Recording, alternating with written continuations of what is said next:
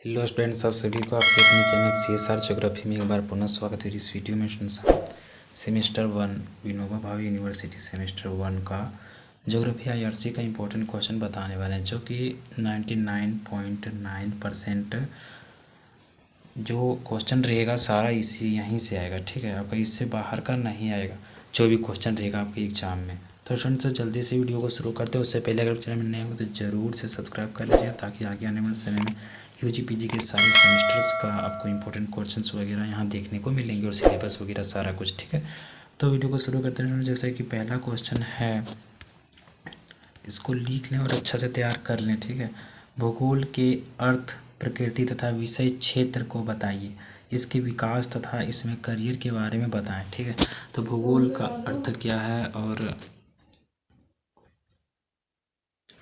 भूगोल के अर्थ के बारे में लिखना है। भूगोल का क्या अर्थ है। ठीक है, भू प्लस गोल, ये जो मिलकर बना है, कौन से शब्द से मिलकर बना है, कौन सा शब्द है। ठीक है, सारा कुछ उसमें लिखना है। प्रकृति यानी नेचर के बारे में है, इसका नेचर कैसा है। फिर विषय क्षेत्र यानी किन किन विषयों से ये जुड़ा हुआ है, किन किन विज्ञानों से संबंधित है। ठीक है, फिर इसके विकास, भूगोल का विकास कब से शुरू हुआ, कौन कौन से भूगोलवेत्ता थे जिसके काल में ये विकास हुआ। ठीक है, तो ये सारा कुछ इसमें करियर के बारे में बताएं, यानी कि भूगोल को पढ़ने से करियर में क्या कर पाएंगे, तो ये सारा कुछ इसमें है। दूसरा में है, भूगोल में मानचित्र, पैमाना, आरेख के महत्व, यानी भूगोल में मानचित्र का क्या महत्व, पैमाना का क्या महत्व, आरेख का क्या महत्व है के बारे में बताना। फिर रिमोट सेंसिंग क्या है, GIS GPS के बारे में आप क्या जानते हैं, जो भी कुछ आप लोग जानते हैं पढ़ के गए होंगे वो सारा कुछ आपको लिखना है। ठीक है, फिर तीसरा नंबर क्वेश्चन, पृथ्वी की उत्पत्ति कैसे हुई, इसके प्रति दिए गए बिग बैंग सिद्धांत की विवेचना कीजिए। ठीक है, पृथ्वी की उत्पत्ति कैसे हुई है स्टूडेंट्स, ये सारा कुछ आपको लिखना है। इसके प्रति जो बिग बैंग सिद्धांत दिया गया है इसके बारे में पूरा बढ़िया से लिखना है। चौथा नंबर क्वेश्चन है, पृथ्वी की चट्टानें, भू आकृतियाँ, महाद्वीप। पृथ्वी की चट्टानों के बारे में आपको जानना है। भू आकृतियाँ जो होती हैं, महाद्वीप, महासागर, पर्वत, पठार, मैदान, झील और भूकंप और ज्वालामुखी के बारे में आपको जो भी पता होगा आपको लिख लेना। ठीक है, इसके लिए आप बढ़िया से पढ़ के जाएँ ताकि आप बढ़िया से लिख पाएँ। ठीक है, फिर पाँचवा नंबर क्वेश्चन है, वायुमंडलीय संरचना से आप क्या समझते हो। वायुमंडलीय संरचना जो है आपका छः मंडल है, ये जितने भी आपका मंडल वगैरह हैं। ठीक है, छः मंडल, समताप मंडल, फिर जो भी है मध्य मंडल है, फिर आयन मंडल है, इस तरह से जो आपका मंडल है ये सारा कुछ आपको इसमें लिखना है। ठीक है, वायुमंडलीय संरचना से आप क्या समझते हैं। फिर चक्रवातों की उत्पत्ति के बारे में बताना, विनाश के बारे में, यानी चक्रवातों की उत्पत्ति कैसे हुई और इसका अंत कैसे होता है, चक्रवात कैसे ख़त्म होता है यार, इसके द्वारा जो प्रभाव होता है वो सारा कुछ। ठीक है, इसके साथ ही मानसूनी हवाओं तथा महासागरीय धाराओं के बारे में बताइए। उष्णकटिबंधीय, शीतोष्णकटिबंधीय मानसूनी हवाएं जो भी समुद्र तरफ से आती हैं, ठीक है, महासागरों की ओर से आती है। कौन कौन से महासागरों की तरफ से आती है, हिंद महासागर से आती है। ठीक है, तो उधर से आती है ना, तो उसको लिखना है। छठा नंबर है, पृथ्वी में जीवन का विकास कैसे हुआ। पृथ्वी में मतलब कि जीवों का विकास कैसे हुआ, क्रमिक रूप से, जो भी क्रमिक रूप से हुआ है, कौन पहले आए, फिर कब आए। ठीक है, तो उसके बाद कौन आए, ये सारा कुछ। विश्व और भारत का जनसंख्या वितरण, प्रवास के बारे में विस्तृत विवेचना कीजिए। तो विश्व और भारत में जो जनसंख्या वितरण है वो किस प्रकार से है, फिर प्रवास के बारे में बताना है। तो ये सारा कुछ आपको बताना है स्टूडेंट्स।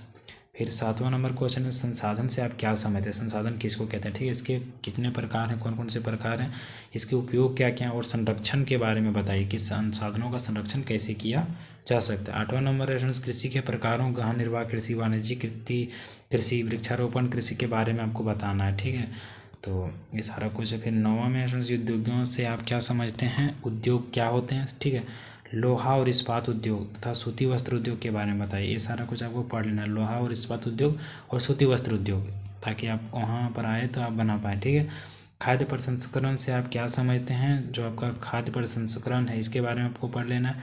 फिर 11वां नंबर है, ग्रामीण और शहरी बस्तियों की समस्याओं को बताइए।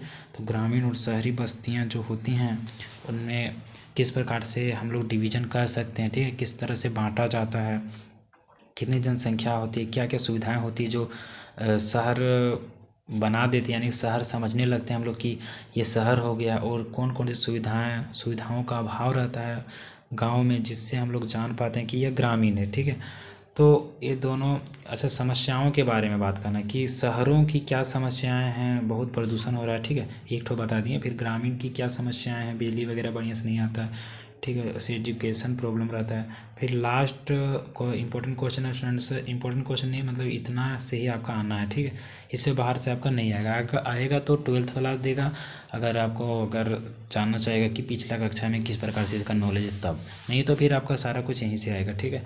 12वां जो क्वेश्चन है भारत और झारखंड के पर्यटन स्थलों के बारे में आप क्या जानते हैं, ठीक है, भारत और झारखंड के जो पर्यटन स्थल हैं उसके बारे में कुछ कुछ बता देना आपको, यानी कि जैसा आपको पूछा जाएगा इसके बारे में तो इसके बारे में आपको पढ़ के जाना, ठीक है। टाइम नहीं स्टूडेंट्स उतना ज़्यादा, इसलिए नहीं तो हम इसमें बता ही देते, ठीक है। तो ये आपको समझ लेना है स्टूडेंट्स, ठीक है, और ये आपको बढ़िया से ये सारा कुछ तैयार कर लेना है ताकि आप बढ़िया से लिख पाएँ। और जितने भी क्वेश्चन आएंगे इतने सही आएंगे, आप एग्ज़ाम के बाद आकर मिला कर देख लीजिएगा, ठीक है। तो ये स्टूडेंट्स और यूजीपीजी के सारे सेमेस्टर्स के लिए इंपॉर्टेंट क्वेश्चन आपको यहीं मिलने वाला है। ज्योग्राफी के लिए तो आपको इस चैनल को जरूर से सब्सक्राइब कर लेना चाहिए। अगर आप ज्योग्राफी जेनरिक में लिए हैं या फिर ऑनर्स पेपर यानी मेजर पेपर में लिए हैं या फिर आईआरसी में लिए हैं तो ज़रूर से सब्सक्राइब कर लीजिएगा इस चैनल को, ताकि आपको हर टाइम टू टाइम आपको यहाँ अपडेट मिलते रहेंगे ज्योग्राफी से रिलेटेड, पीएचडी वगैरह सारा कुछ, यानी आपका जो बीए एमए मतलब कि है ना यूजीपीजी, उसके साथ साथ अगर आगे कुछ करते हैं ज्योग्राफी में तो आपको यहाँ फुल सपोर्ट मिलेगा, ठीक है। तो चैनल को जरूर से सब्सक्राइब कर लीजिएगा स्टूडेंट, ठीक है। और इतना ही बताना था हमको। थैंक्स फॉर वॉचिंग, फिर मिलेंगे नेक्स्ट वीडियो के साथ, तो देखिए जय हिंद, वंदे मातरम।